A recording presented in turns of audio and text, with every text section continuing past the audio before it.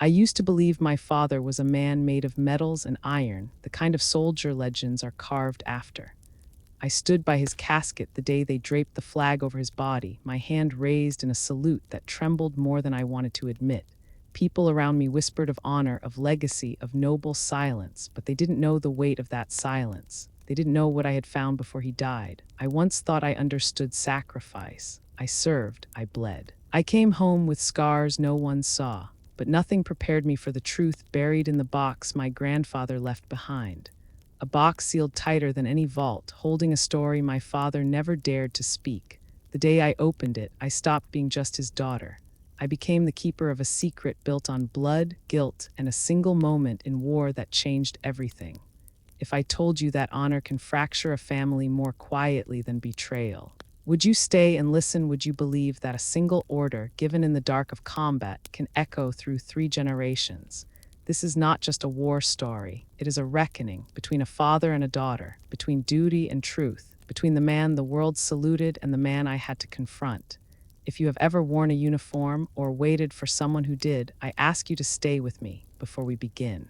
I hope you will support this mission by liking this video and subscribing to Military Revenge, not for views, for voices like ours, for the ones who came home carrying what no one else could see. Now, let me tell you what I found inside that box. I never expected my name to be spoken in that room. Not by the lawyer, not by my father, not even by the ghosts I'd carried home from war. The walnut-paneled office smelled of old money and stale secrets. Portraits of men in tailored suits stared down at us with that detached confidence only the powerful ever learn to wear. My father sat rigid in his chair, hands folded across his chest, legs crossed with military precision.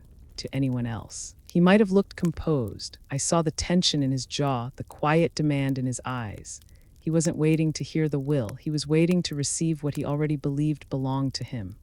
I stood near the back, close enough to hear, far enough to be forgotten. It didn't matter that I'd served, that I'd worn my country's uniform, patched up brothers in arms under Iraqi night skies while mortars fell like angry stars. To my father, I would always be the one who didn't finish the war the way he thought a Whitfield should. When the lawyer, Mr. Harland, cleared his throat and unfolded the document, a hush settled like dust. He began with the estate, the land, the accounts, the vehicles. Every line an acknowledgement of authority passed from one man to another. My father received the ranch where he'd been raised and the antique Colt his father had carried in Vietnam. He nodded slightly, as if confirming the natural order of things. Then Mr. Harland paused. His gaze flicked to me hesitant. I felt the room tilt. To my granddaughter Nora Whitfield, I leave the contents of storage unit 16 at Harbor Wharf. Silence, no land, no legacy, no heirloom gun, just a storage unit, a nameless box among other forgotten boxes. My father exhaled a single bitter laugh. He didn't bother to look at me. That seems fitting. He said quietly enough to be cruel. She was never one for tradition. I did not speak. I'd learned long ago that silence was sometimes stronger than rebuttal, but something inside me twisted, not with shame, but with the old familiar ache of being invisible in the very bloodline I came from. Mr. Harland asked me to sign acknowledgement of the bequest. My father had already stood, shaking hands with the lawyer, his inheritance secured. When he passed me, he didn't slow. "Your grandfather left you exactly what you earned, Nora," he said. "Nothing more, nothing less." I waited until he was gone before signing. My hand barely trembled, though I felt that if I breathed too hard, I might splinter. That night, I drove alone down the coastal road. The ocean heaved beneath moonlight, dark and endless, like it held all the secrets I'd never been told. Wind battered my truck, but I barely noticed. I replayed the lawyer's voice, the exact phrasing, not the storage unit, but the contents, intentional, deliberate, and something else, a message buried in exclusion. I reached the harbor at dawn. Fishing boats bobbed quietly at anchor, their ropes creaking like old joints. Gulls cried overhead, hungry and indifferent.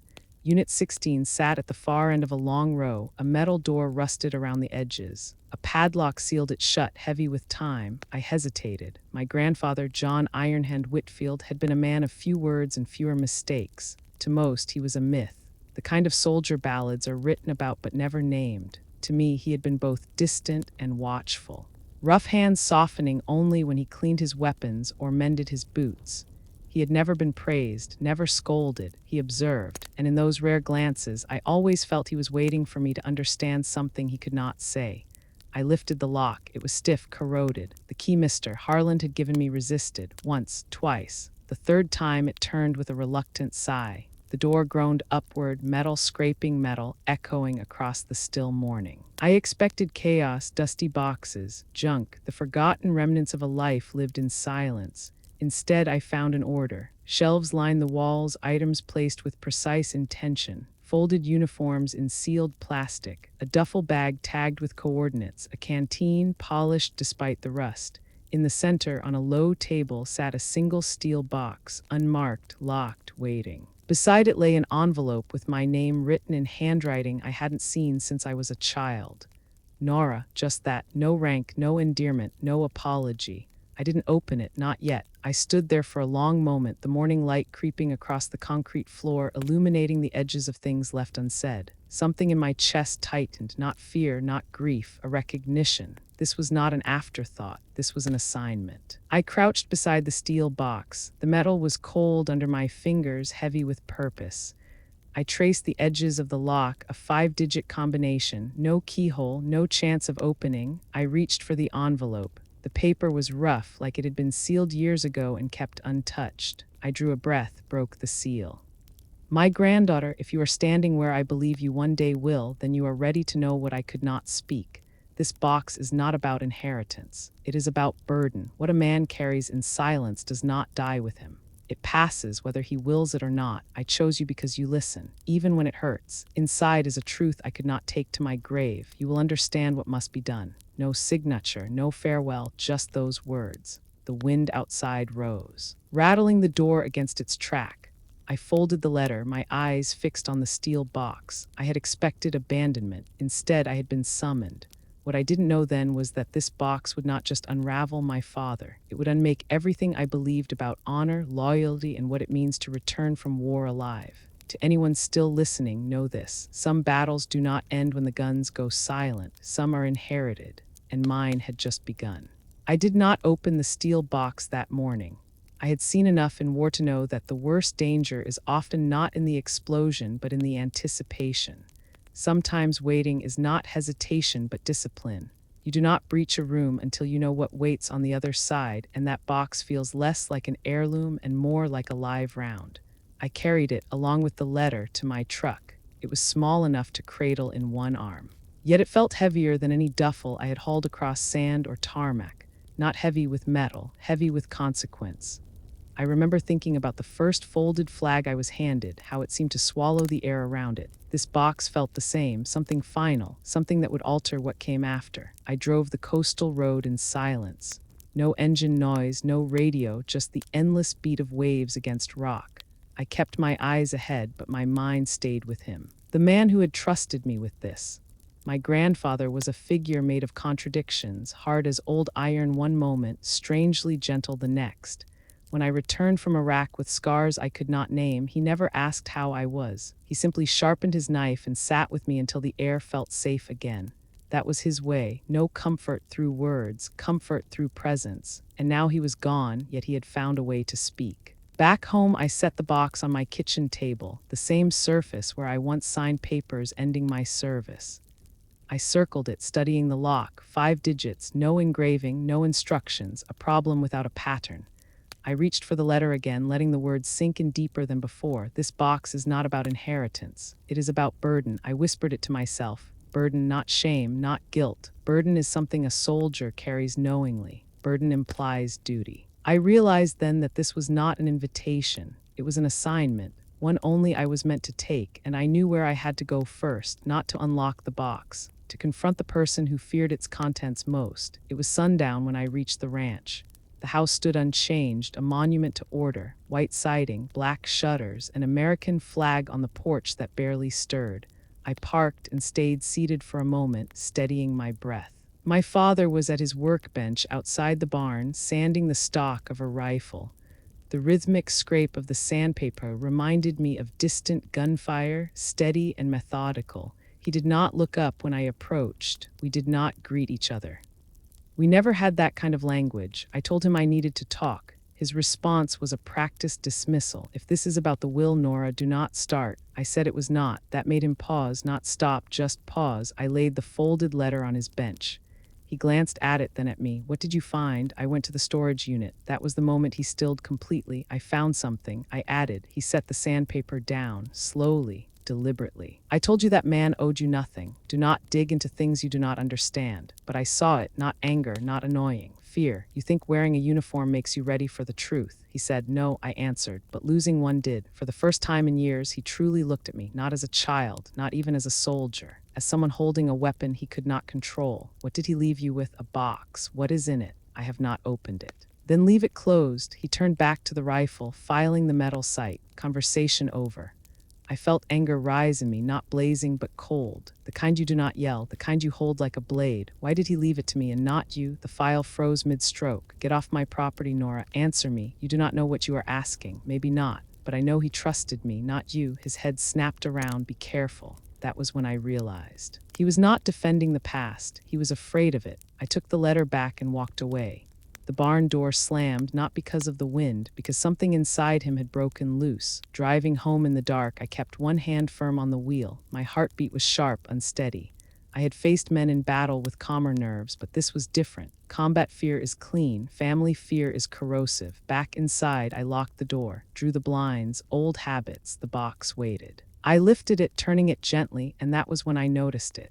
Etched faintly on the underside, nearly invisible unless the light struck at the right angle, DR 72.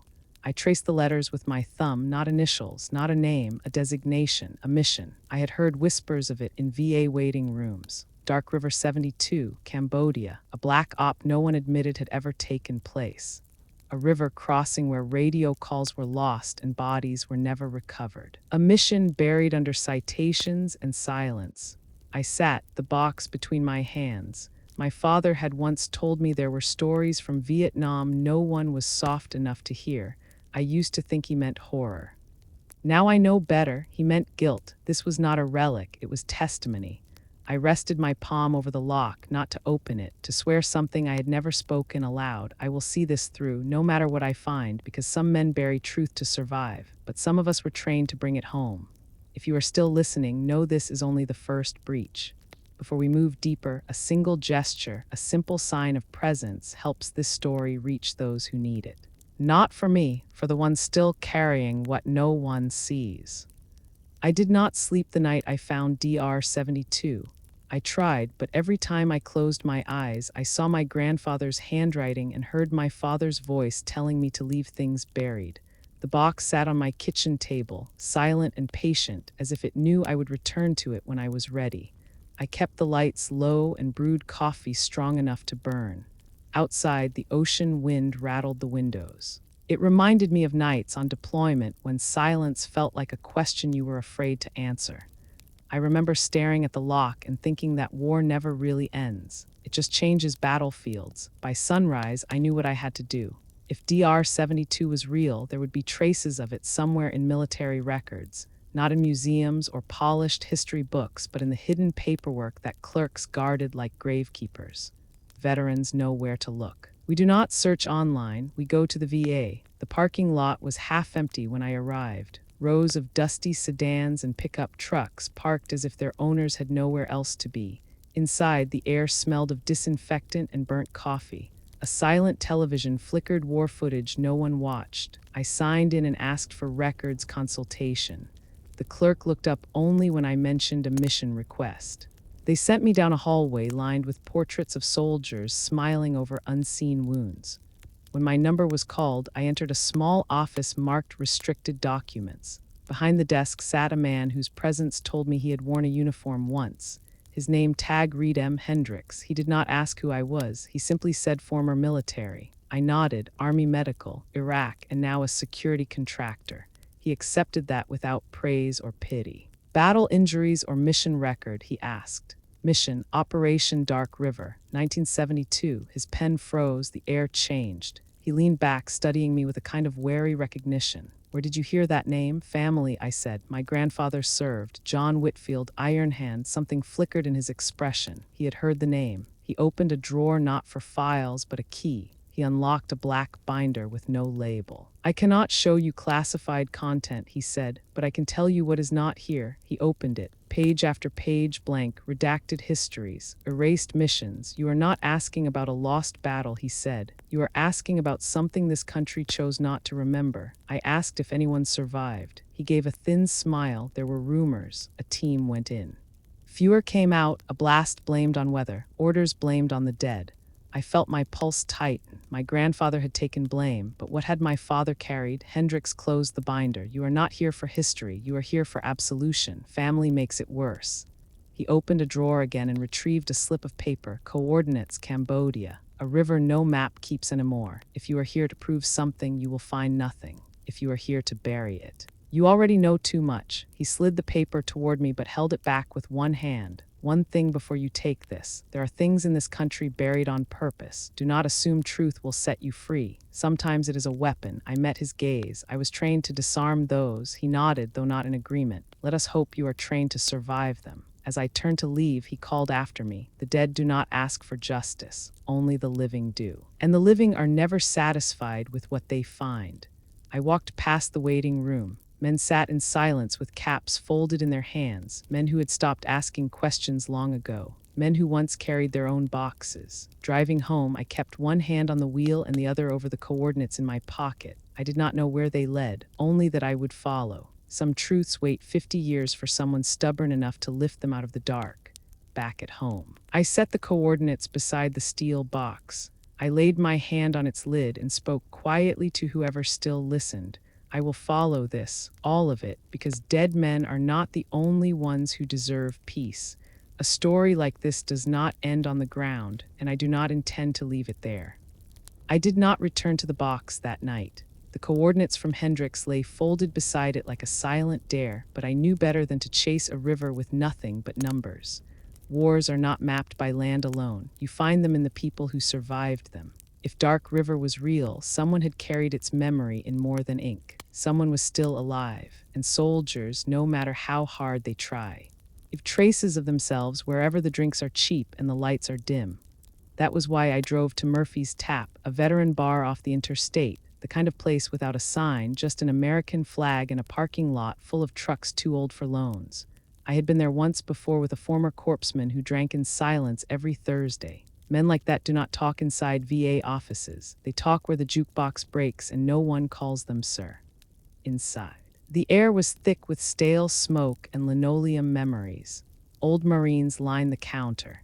Navy vets held court over dominoes like debated campaigns. I knew the drill. Do not ask questions at the door. Buy a drink. Wait. I ordered black coffee because whiskey would have been obvious. A man with a faded submariner cap watched me from a corner stool. "Most women who come here are nurses or widows. Very few wear the posture I do." He nodded once. Respect or warning, I could not tell. I did not speak until the bartender, a woman older than my father with army tattoos, set the mug down. I asked if anyone there remembered SEAL operations in Cambodia. Conversations went quiet. Heads did not turn, but hands stilled. The bartender studied me. "What would you want with ghosts from that river?" I told her I was not looking for ghosts. I was looking for a living. She held my gaze long enough to decide I was not a reporter. Then she tipped her chin slightly toward the back booth. "Ask him. If he answers, you have more courage than I do." The man she pointed to sat alone. His hair was long gone, his shoulders still broad beneath a green field jacket. A silver crucifix hung from his neck, half hidden beneath a sweat-stained collar. His hands, though idle, looked ready to grip a rifle stock. I approached slowly, not as a stranger, as one soldier to another. I asked if I could sit. He did not nod, but he did not refuse. Up close, I saw something familiar in his eyes, the look of someone who had seen fire and lived inside it long after. I told him my name. He told me nothing, so I said another. Iron Hand. The mug in his hand stopped halfway to his lips. For a moment, he did not blink. Then he said one word, John. He did not ask how I knew the name. I told him he was my grandfather. I came here because Dark River is not finished. He set his mug down like laying down a weapon. No one speaks that name, he murmured. Not in daylight. I asked if he had been there. He shook his head. No, but I knew men who went in, men who were supposed to come out. I asked for name. He leaned forward, voice rough. You do not want names. Names make it real. Better to leave it a myth. I shook my head. Myth does not leave steel boxes with locks. Myth does not write letters to granddaughters. He studied me, something shifting behind his eyes. Your old man does not want this dug up. I told him my father had said the same. Then he laughed, a low, bitter sound. Of course he did. Some truths burn worse the second time. That was when he gave me the first piece. Chief Manuel Dean, he said, Riverboat Unit, last man to see the blast. If he is alive, he is down near Chula Vista. If he is dead, then you let it go. I asked why. What did my grandfather carry? His eyes hardened. Your grandfather was not just covering orders. He was protecting blood. That was when I realized something none of the files had told me. This was not just about honor. It was about loyalty. The kind forged by men who shared death. I tried to ask more, but he lifted a hand. Enough, I gave you a name. That is more than anyone has given in years. Do not ask me to lead you to that river. I stood to leave and thanked him. As I turned, he said one last thing. You start digging there, you will find bones that are not yours to bury. Make sure you can live with that. My hand froze on the back of the chair, but I did not answer. Some warnings are not to be debated. Outside, night had settled heavily. I leaned against my truck, letting the cool air steady me. Chief Manuel Dean, a name, a door, perhaps the last man alive who could confirm what my grandfather died keeping. I did not feel triumphant. I felt the way I used to before a breach, when the building stands quiet, but something inside it waits armed. On the drive home, headlights carved long lines across the asphalt. The road felt narrower than I remembered. I thought of Hendrik's words, the dead do not ask for justice, only the living do, and the living are never satisfied. I wondered, not for the first time, what I was really searching for: truth, redemption, or simply proof that silence can be broken without destroying everything around it. The ocean wind followed me home. I stepped inside and set my keys on the counter. The box remained on the table, still locked, still silent. But now I had a name, and sometimes a name is enough to start a war. I sat across from it, tracing the letters DR-72 with my thumb, Dark River. Whatever happened there scarred men beyond medals. It made my grandfather seal a box and my father seal his mouth. I thought of the man in the bar, his eyes clouded not by whiskey but memory. He had known something more dangerous than bullets, regret. Before turning in for the night, I whispered a promise to the room. I will find him, Chief Dean, and I will listen, not to expose, but to understand, because some battlefields are not marked by trenches. Some are carved through bloodlines, and if this story must surface, let it be carried by someone who knows the cost. If you are still here, you understand that much. This is not curiosity. This is my duty, and duty, once sworn, does not turn back. I drove south at first light. The name Manuel Dean lodged in my mind like a bearing no compass could deny. The highway followed the ocean for miles, waves crashing against rock as if they were trying to claw back something buried beneath the tide. I kept one hand on the wheel and the other resting against my jacket, where the coordinates from Hendrik's pressed against my chest like a second heartbeat. I was not chasing rumors anymore. I was seeking the last living witness to a river no one dared to speak of. Chula Vista sat quiet when I arrived, a coastal town worn by salt and sun, where houses leaned slightly as if the wind had pushed them one too many times. I found the address given to me in Murphy's Tap scribbled on a napkin. It was a one-story bungalow with faded paint and a flagpole out front, the flag missing. That told me more than any obituary could. A man who once flew his colors and then took them down had not stopped serving. He had stopped believing he had the right. I approached the porch and knocked. No answer. I knocked again, louder.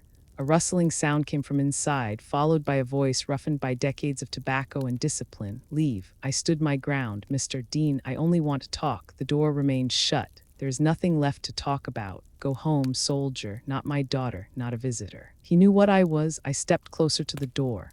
My grandfather was John Whitfield, iron hand, silence, heavy, then a shift of floorboard weight on the other side. I said I would not leave without hearing his truth.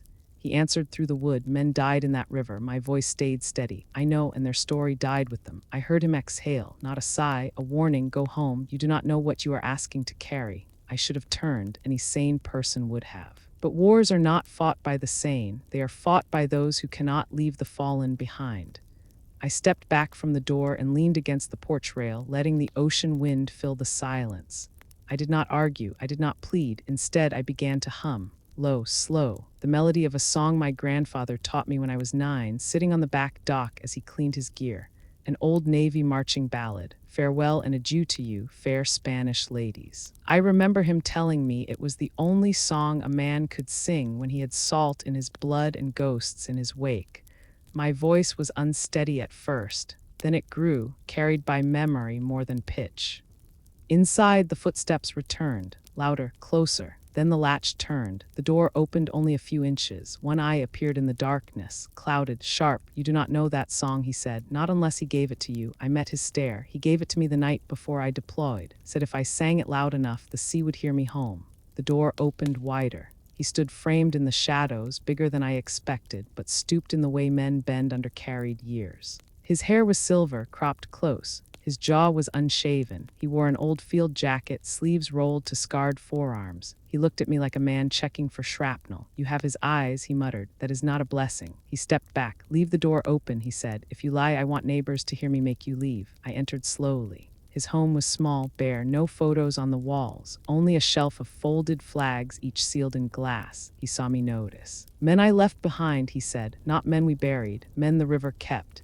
He sat in a worn chair and motioned to the other, speak, but choose your words. I told him what I found, the storage unit, the steel box, the inscription, DR-72. He closed his eyes at the name as if it were a flare thrown into darkness. He asked if my father knew I was here. I said no. He nodded. Good, that means you still have a choice.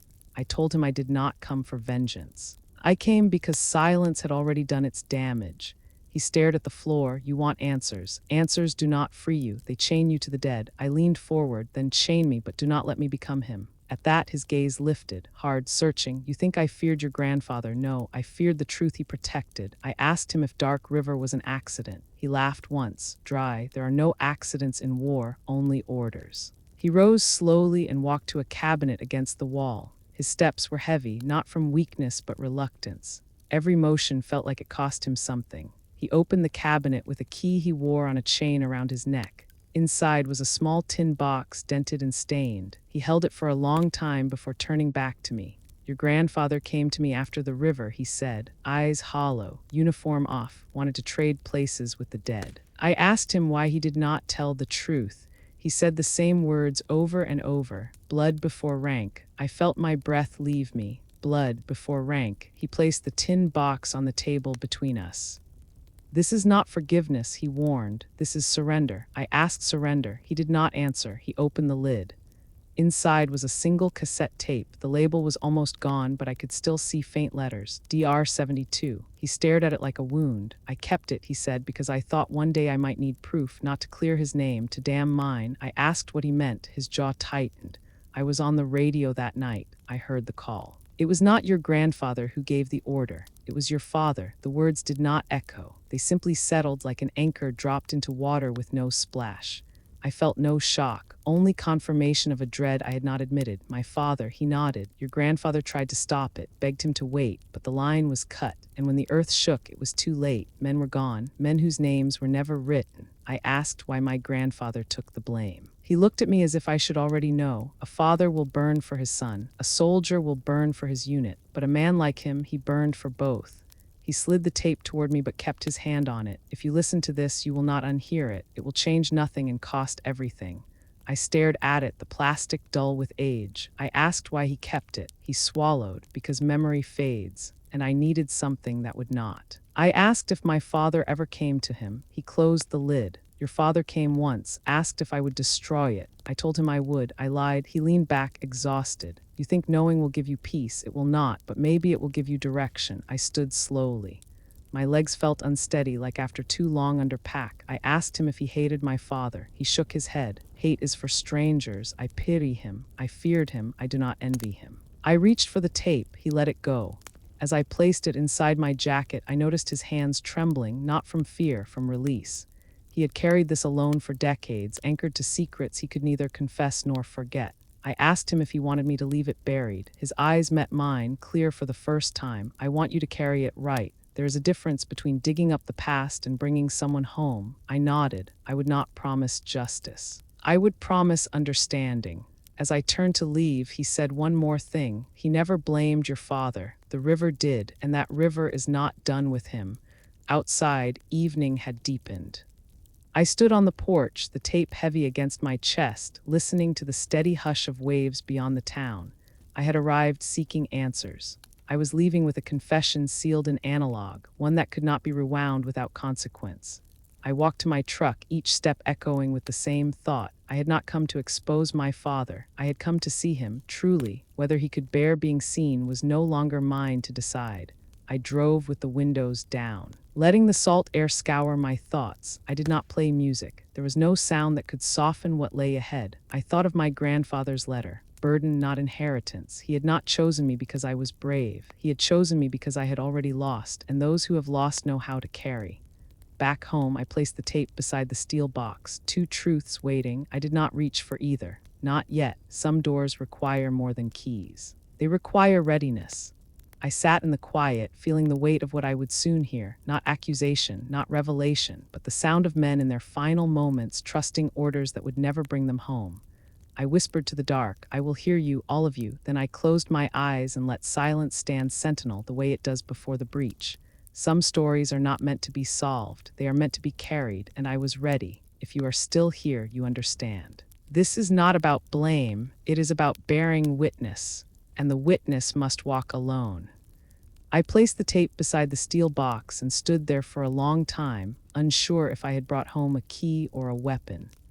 Night had settled over the house, quiet and heavy, and I found myself moving through the rooms without turning on any lights. I did not sit. I paced. I reached for the tape. I let it go. I poured water from the tap and let it run untouched. My training taught me that fear sharpens the mind, but this was not battlefield fear. This was fear of inheritance. This was the moment before opening a door, knowing the one on the other side carried your name. I could have walked away. I could have locked that box, burned the coordinates, convinced myself that silence was loyalty. Many had made that choice and lived long lives, but I was not made to forget. War had carved me into someone who knew the cost of unspoken things. So I sat at the table, the tape between my palms, and whispered, not to my father, not to my grandfather, but to the men I had never met. "I will hear you, but not yet." My fingers trembled and I set the tape down. My breath was shallow and uneven. I realized I could face bullets easier than a voice. That was when I knew I needed to see him, my father, before I played it, because once I heard his order, I would not be able to look at him the same. There had to be a moment between knowing and hearing, a final chance for him to speak without being asked. I drove without calling. The ranch lights were still on when I arrived. He was sitting on the porch, elbows on his knees, hands clasped as if in prayer, though I knew he had stopped praying long ago. He looked up as I approached. No anger, no welcome, just tired eyes. "You found something," he said. It was not a question. I did not deny it. I told him I had spoken to someone who was there, someone who remembers. He nodded once, as if acknowledging a debt had finally been delivered. "Did he give you proof?" His voice did not shake. It was flat as worn stone. I told him yes. He looked out across the fields. The wind moved through the grass in long, slow waves. "Your grandfather tried to keep it from you." I held back. I wanted him to say more. He did not. After a long silence, he said the only words he would give me that night: "Do what you must." Then he stood and walked back into the house, leaving the door open behind him, not as an invitation, but as surrender. I did not follow. I turned back to my truck and gripped the steering wheel as if it could anchor me. The man I had feared my whole life had not fought me. He had not defended himself. He had not begged. That was when I realized the truth I had been chasing was not mine to reveal. It was mine to carry. The difference felt heavier than any weapon I had ever held. Back home, I placed the tape beside the box once more. Midnight had come, but sleep felt impossible. I prepared the old cassette player I kept from my service days, the one I used to record radio chatter during training. I cleaned the heads, checked the batteries. I handled it with the same care I had once given to medical instruments because I understood this was surgery of a different kind. I stared at the empty slot. My hand hovered. Not yet, not until I was ready to bleed with it. I closed my eyes and let the darkness settle. Memories surfaced: the blast in Fallujah, the screaming that followed, the silence after evac. I had lived that, I had survived that, and yet here I was, afraid of a voice recorded 50 years ago. That was when I understood what Hendrix had meant. The dead do not ask for justice. Only the living do, and my father was still alive. I do not know how long I sat there before I finally opened my eyes. The tape lay on the table, small and unthreatening, but I felt its presence the way I once felt incoming fire before the shell hit. I reached for it slowly. As if it could strike, my fingers brushed the plastic and I realized my hands had gone cold. War trains you to expect impact. It does not train you to welcome it. I slid the cassette into the player. The click echoed through the kitchen like the closing of a steel door. For a long moment, I only listened to my own breathing. I almost pressed stop before it began. Static, a low hum, then voices, faint, muffled. Men spoke in code and clipped urgency. It was not chaos. It was a procedure. I could hear the rhythm of soldiers executing orders in hostile territory. Background noise hinted at rain or wind, but the words were clear enough to follow. Command to Bravo, set for detonation. Repeat, set for detonation. That voice, my body tensed before my mind recognized it. Younger, sharper, but undeniably his, my father. Another voice broke through. Negative, negative. Bravo still inside. Delay detonation. That second voice held a calm I had only ever heard in one man. My grandfather. The line crackled. My father repeated, detonate on my command. Immediate. My grandfather answered, belay that order, you will wait. The recording trembled under distortion, and for a moment I feared it would cut out, but fate is crueler than mercy. It continued. My father's voice rose, not in panic, but in sheer authority. Fire, now, and then over it my grandfather's shout, no, no, God, no, they are still. The blast roared, a sound beyond hearing. A sound I felt in my chest was like something tearing, then silence, not the clean kind, the kind that drags. I did not cry, I sat there. Hands locked on the edge of the table, breathing as if through smoke. I had heard men die before, but never like that, never under the voice of the man who raised me. The tape continued faintly, a scatter of broken words, coordinates, medical calls unanswered. Then one final murmur I could barely make out. Tell them it was me. Tell them I gave the order. It was my grandfather. He had taken the blame in real time, not later, not strategically. At that moment. To shield his own son. I stopped the tape. My hand hovered over the player, unwilling to rewind. I understood now what Chief Dean meant by memory versus proof. Proof convicts, memory condemns. I stared at the dark window, my reflection faint against the glass. I searched for anger. It did not come. Instead, I felt an ache so deep it moved without sound. My father had killed men. My grandfather had killed himself to protect him.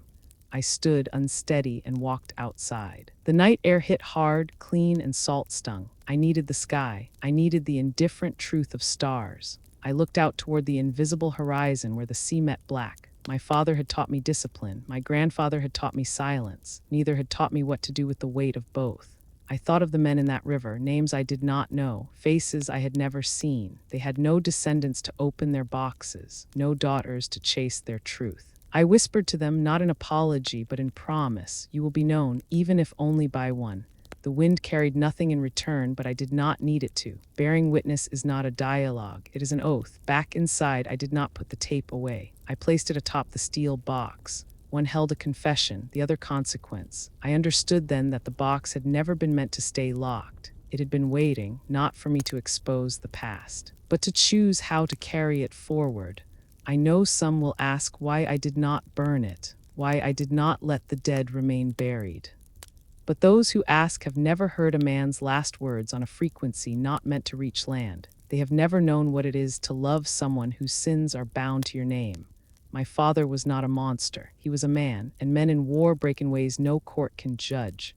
I sat until dawn blurred the edges of the sky. I did not make the decision that night. I simply accepted that there was no turning back. Whatever came next would not bring justice, but perhaps it could bring understanding. If you have followed me this far, you already know some truths do not set us free. They bind us to what matters, and sometimes that is enough. I drove to the ocean before dawn, the tape still echoing inside me like shrapnel I could not remove. I did not bring coffee, I did not bring a coat. I needed the cold. I needed the salt air to strip whatever remained of denial from my skin. The tide was low when I reached the bluff, the water drawn back as if the sea itself had taken a sharp breath. I stood there with my hands in my pockets, staring at the horizon, listening to waves that rose and fell with indifferent patience. I used to believe the ocean knew how to keep secrets. Now I understood it was not secrecy I heard in it, but witness. It had heard every scream ever swallowed by war, and it had never repeated a word. I tried to replay the tape in my mind, but it would not come as sound. It came as a sensation. My father's voice commanding, my grandfather's voice pleading, and then that final silence. The kind that does not fade, the kind that sits in your chest and waits. I wanted to hate him. I wanted rage to come and burn everything down to something simple, but nothing came, only a deep, hollow ache. Betrayal was too clean a word. This was inheritance, the kind that crawls in blood and makes a home in marrow. I thought about turning back, walking into the water until my knees gave way, but I had done something very few people ever do. I had heard the moment a warrior broke, not in fear, on duty. The wind grew sharper, but I did not move. I thought of the men on that tape, voices I did not know yet felt bound to, men who believed they would be heard, men who expected someone to answer. I whispered into the morning air that I had heard them, that I would not let their final moment end in static. I do not know if anyone received it, but I had sent it. That was enough. The first fishermen arrived as dawn opened the sky with pale orange. They nodded to me the way men do when they recognize a fellow traveler of silence. I watched them cast their lines into the surf, their movements slow, practiced, patient. They were not there to catch fish, they were there to practice waiting. I understand that now. I had spent my life believing healing came after truth, but sometimes truth is not medicine, sometimes it is the wound. When I finally left the shore, the sun had risen high enough to paint the waves gold. I walked back to my truck with sand clinging to my boots and salt dried on my lips. The world had not changed. Traffic still moved, birds still hunted in the shallows. But something in me had shifted, as if the ground beneath my feet had tilted and I would never walk level again. I drove without knowing where I intended to go. The home had only 4 walls and a table where a steel box waited. I was not ready to face it, not yet. Instead, I found myself turning toward the community center on Elm Street, the one that held weekly gatherings for veterans. I had passed it 100 times. Always ignoring the hand-painted sign out front. Female Veterans Support Circle. Open doors, open coffee, no rank. I hesitated in the parking lot, watching a group of women filter inside. Some wore jackets marked with battalions. Others wore plain clothes, hair streaked with gray. I had never stepped inside those walls. I had spent years believing I was meant to carry alone. But something about the tape had changed the weight. It had become more than personal. It had become historical, and history cannot live in one person. I entered through the back, sitting at the farthest chair. No one asked why I was late. No one asked my name. They spoke not of battles, but of mornings, of medication, of sons who would not call, of nightmares that arrived long after the war. I did not speak. But one woman, a Marine from Desert Storm, said something that anchored itself into me. Some wars do not end because someone out there refuses to speak, and until they do, we fight ghosts we cannot see. I did not cry, I did not move, but I felt it. She was right. Dark River was not just my burden. It was an unnamed battle stretching across generations. If I remained silent, I would not be protecting anyone. I would be abandoning them. When the session ended, no one asked why I had come, but as I rose to leave, the Marine looked at me with knowing eyes. "Take your time," she said, "just do not take forever." I left the community center without speaking a word. The air outside felt different, not lighter, not heavier, just truer. I sat in my truck with the engine off, hands resting on the wheel, staring at nothing. I was surrounded by lives trying to stitch themselves back together with whatever thread they had left. Women who had seen things they would never describe. Women who had buried friends without funerals. Women who fought wars no one would ever write songs for. I realized then I was not carrying a family secret. I was carrying a battlefield no one had named. I drove home in silence, the road blurring beneath me. When I reached the house, I did not turn on the lights. I walked past the table where the steel box sat, past the television I never watched, and into the kitchen sink. I let the water run and washed my hands, though they were not dirty. It was an old habit from aid stations. When blood stained your gloves and you removed them, you still washed, because some things cling deeper than flesh. I looked at my reflection in the window above the sink. I did not see my daughter. I did not see a soldier. I saw someone standing on a threshold between 2 generations of silence. I sat at the table again and faced the steel box. The tape still rested on top, its edges worn, its truth spoken. I had heard enough to destroy everything, but I did not feel destruction in me. I felt something more dangerous. Resolve. My grandfather had shielded my father. My father had shielded himself, but no one had shielded the men who died. That was where I stood, between loyalty and justice, between love and weight. My hands hovered over the box, not to open it, but to steady myself. I whispered aloud, though no one was there to answer. I am not here to punish, I am here to carry. As night rose again, I found I could not sit still. I stepped outside and walked along the edge of the property where the fence line gave way to an open field. The sky was a dark canvas. A few stubborn stars flickering like lanterns left behind by the fallen. I remembered every time my father had stood on our porch, staring at the horizon but never speaking of the past. I used to think he was strong for holding it in. Now I knew he was afraid, not of war, of being seen. Part of me wanted to run to him, to tell him I understood, that I could carry the blame with him. But another part of me, the soldier inside, knew something cruel and honest. Some burdens cannot be shared, they must be owned. The phone rang when I stepped back inside. A simple landline mounted on the wall by the kitchen. It rarely rang. I wondered how long it would ring before I let it go to silence. I answered on the 6th ring. I did not say hello, neither did he. There was only breath, familiar, unsteady. Finally, he spoke. You went to see him. His voice carried no accusation, only recognition. Yes, I said. I heard the tape. There was a pause. Not a shock, not fear, something quieter. I see. I waited for defense, for anger, but he gave neither. Instead, he said 5 words that told me everything about the man he had become. If you are coming, I will be outside. He hung up. I stood with the receiver against my ear long after the line had gone dead. I did not know if he meant he was ready to speak or ready to be judged. I only knew he would not run. That was enough. I replaced the receiver gently and turned off the kitchen light. I did not need it. The path had already been laid before me, not by fate, not by blood, but by choice. The choice to walk toward truth, even when it stands waiting with nothing left to give but pain. As I lay awake that night, I knew this story was no longer about uncovering what happened at Dark River. It was about what we do with what remains. My father had lived 50 years with a truth too heavy to hold. My grandfather had died with a lie he believed was necessary. And I was the last Whitfield with the strength to decide which would be remembered. Some wars do not ask for victory. They ask for witnesses, and I was ready. I returned to the ranch the next morning before the sun had fully risen, the sky still bleeding pale light across the fields. I parked at the edge of the long gravel drive and stepped out slowly, letting the cold air settle around me. He was there just as he said he would be, standing outside the porch with his hands in the pockets of his coat. He did not wave. He did not move toward me. He simply stood as if he had been rooted there all night, waiting for a verdict only I could deliver. For a long while, neither of us spoke. The silence between us was not empty. It was heavy, shaped by 50 years of everything left unsaid. I walked toward him, each step measured, my boots pressing small indentations into the frost-covered earth. When I stopped a few feet away, he looked at me not with anger, not even with shame, but with something far more human. Recognition. He knew I knew. There was nothing left to hide behind. You listened to it, he said. It was not a question. I nodded. He looked away toward the distant fence line where the sun touched the horizon.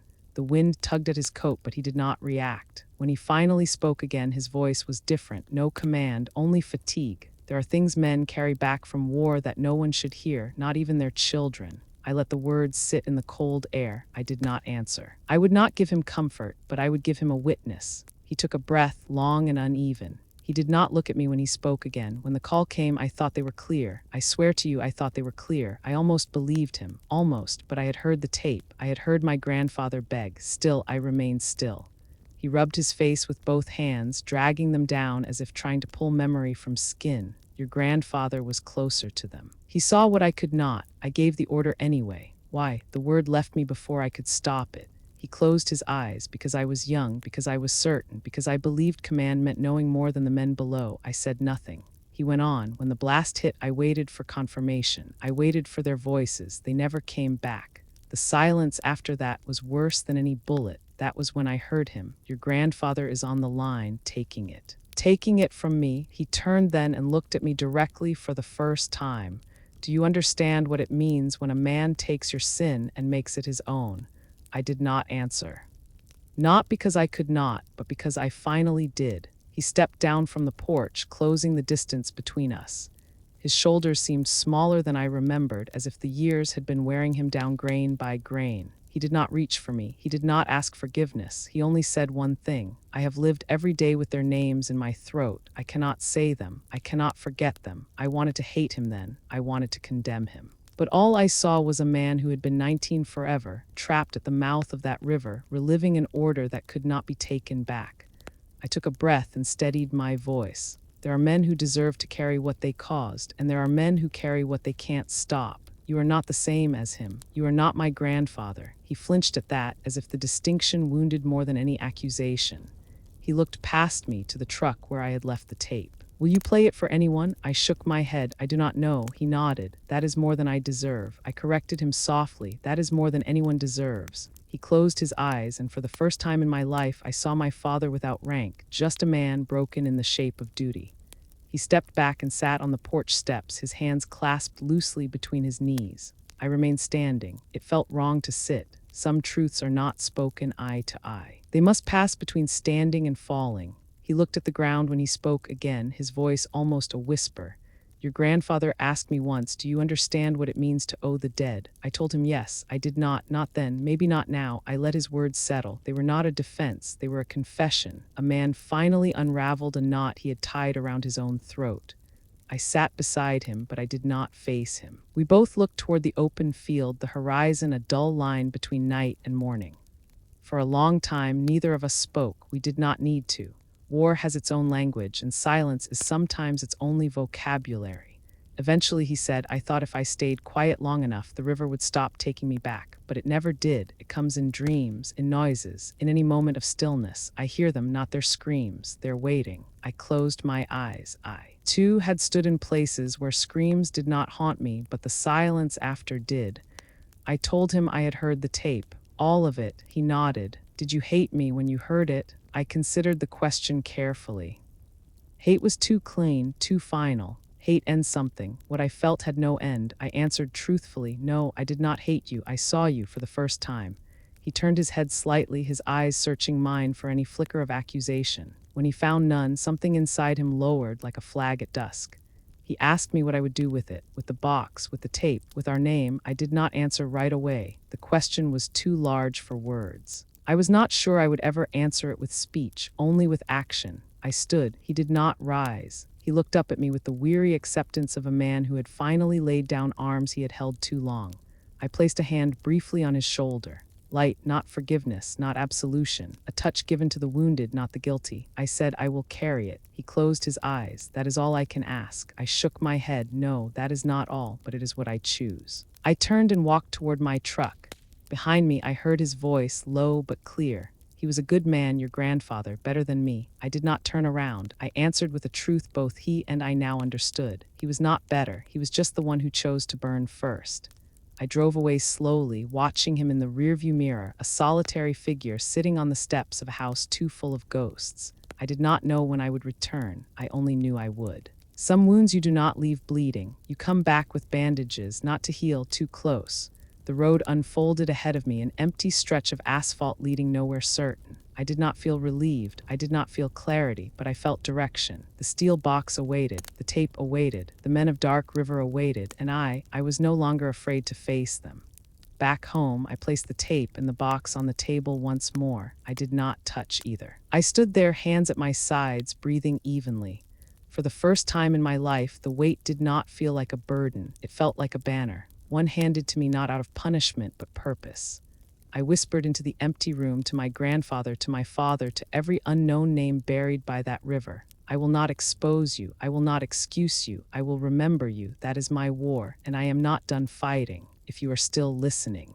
You already know the hardest battles are not fought abroad.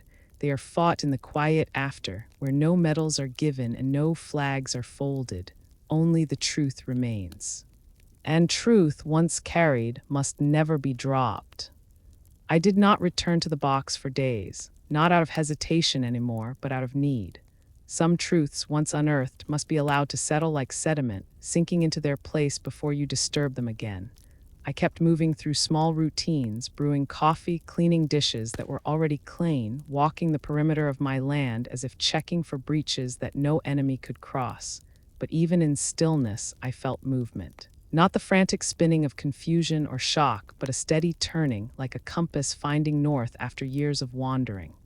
I slept little. When I did not dream of explosions or orders. I dreamed of the river, a dark, winding current wide as the world, carrying faces I could not name but somehow knew.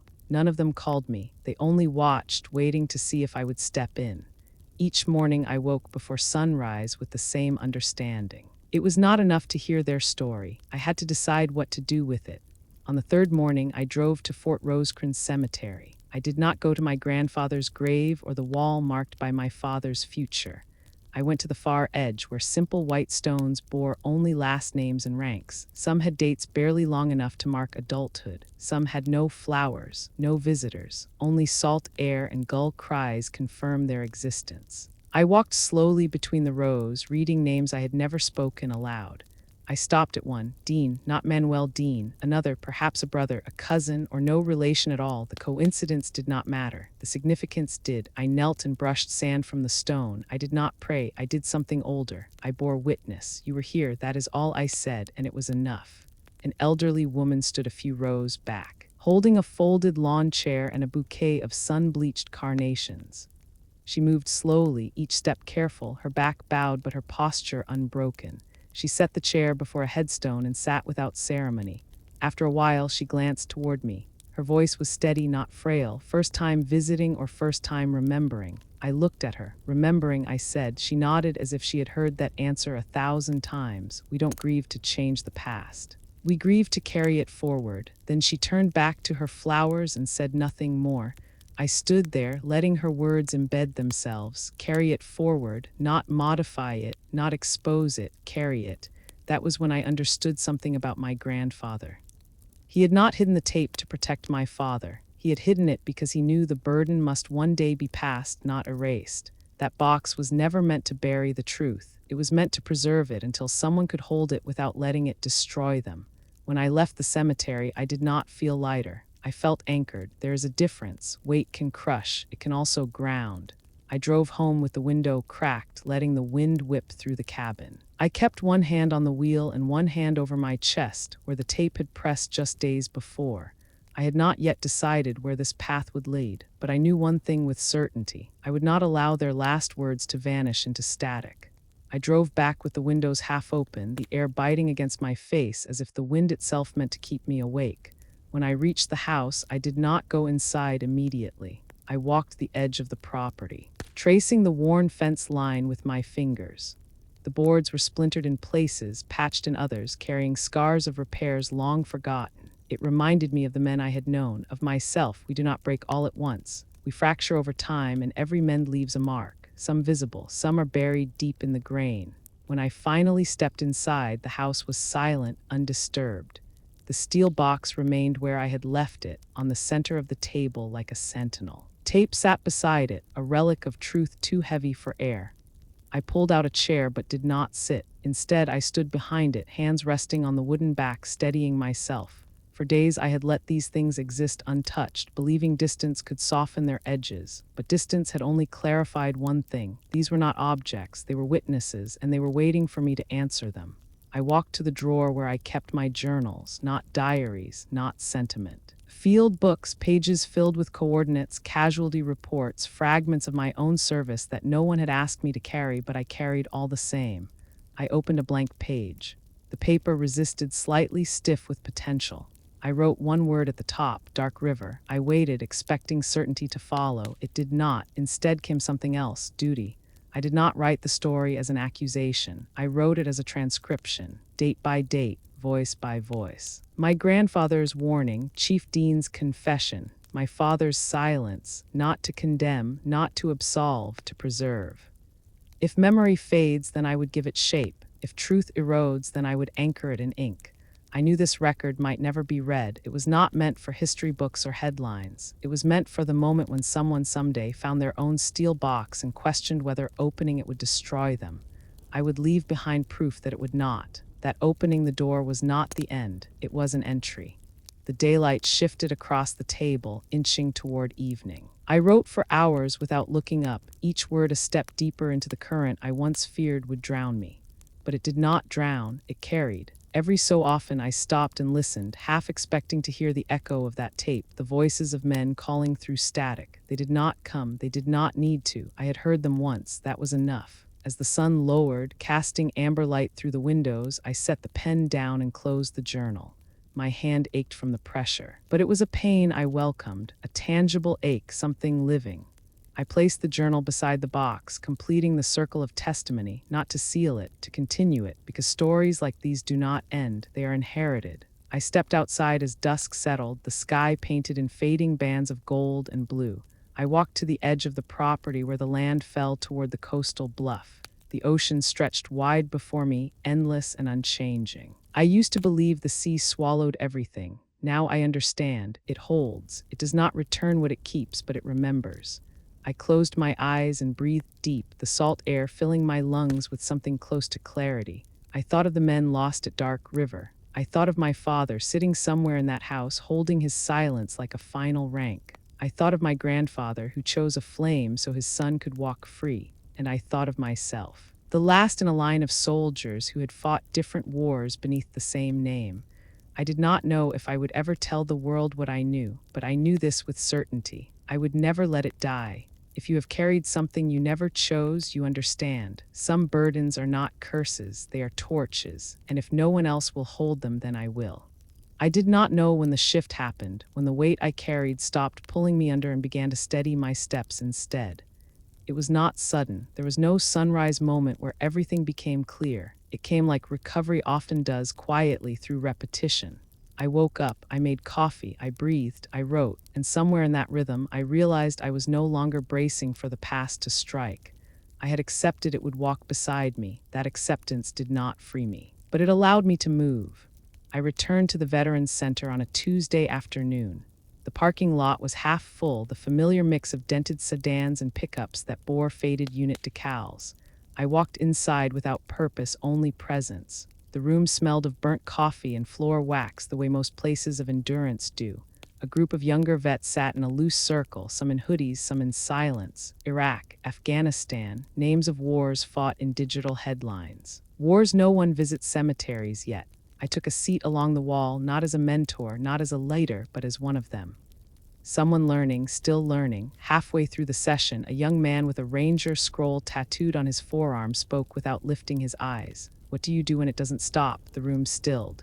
He was not asking anyone in particular, but the question was universal. An older Marine answered first, then a medic, answers wrapped in coping.